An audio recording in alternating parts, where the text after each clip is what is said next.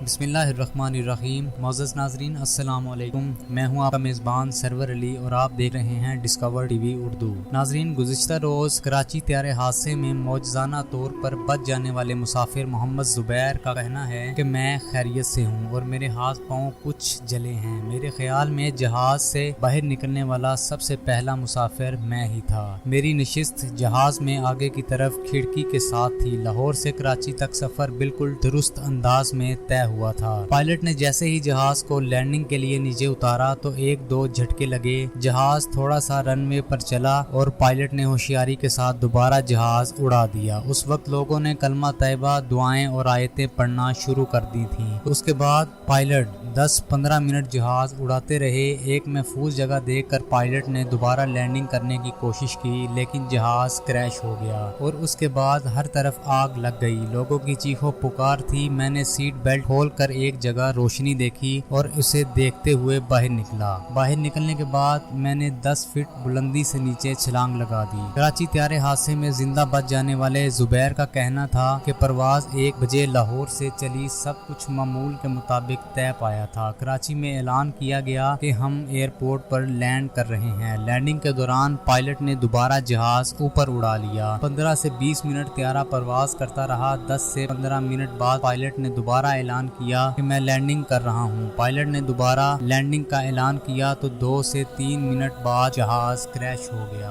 اسی طرح Pakistan international air line کے دعویٰ ہونے والے بدقسمت طیارے میں معجزاتی طور پر بچ جانے والوں میں بینک آف پنجاب کے سربراہ ظفر مسعود بھی شامل ہیں۔ انہوں نے اسپتال منتقل کر دیا گیا ہے۔ ظفر مسعود نے بتایا کہ جہاز کریش ہوا تو میں سیٹ سمیت باہر جا گرا، مجھے کوئی ہوش نہیں رہا۔ کچھ لوگوں نے مجھے اٹھایا تو اس وقت مجھے احساس ہوا کہ میں زندہ ہوں۔ میں بے ہوشی کی حالت میں تھا۔ مجھے لوگوں کی آوازیں سنائی دیں، یہ زندہ ہے، یہ زندہ ہے۔ اس کے بعد مجھے CMH اسپتال منتقل کر دیا گیا، جہاں میں دوبارہ بے ہوش ہو گیا۔ اس سے قبل ظفر مسعود کے عزیز نے بتایا کہ ظفر مسعود کے مطابق جہاز کے لینڈنگ سے قبل اچانک دھماکے کی آواز آئی اور جہاز گر پڑا اور وہ بے ہوش ہو گئے۔ آنکھ کھلی تو وہ اسپتال میں تھے۔ ان کے ہاتھ میں فریکچر ہوا ہے۔ ظفر مسعود نے ہوش میں آتے ہی ڈاکٹر سے فون لے کر اپنی والدہ سے بات کی۔ ان کے بھائی بھی گلستان جوہر کے اسپتال میں ان کے ساتھ ہیں۔ ظفر مسعود کے جسم پر جلنے کا کوئی زخم نہیں، صرف خراشیں آئی ہیں۔ ناظرین، امید کرتے ہیں کہ آپ کو یہ ویڈیو ضرور پسند آئی ہوگی۔ اسی طرح کی ویڈیوز دیکھنے کے لیے ہمارے چینل کو سبسکرائب کریں اور ساتھ میں دیے گئے بیل آئیکن کے بٹن کو بھی دبا دیں تاکہ آنے والی ہماری نیو ویڈیوز کا نوٹیفیکیشن آپ لوگوں تک بآسانی پہنچ سکے۔ تو آج کی اس ویڈیو میں اتنا ہی۔ اپنے میزبان کو اجازت دیجیے۔ اللہ حافظ۔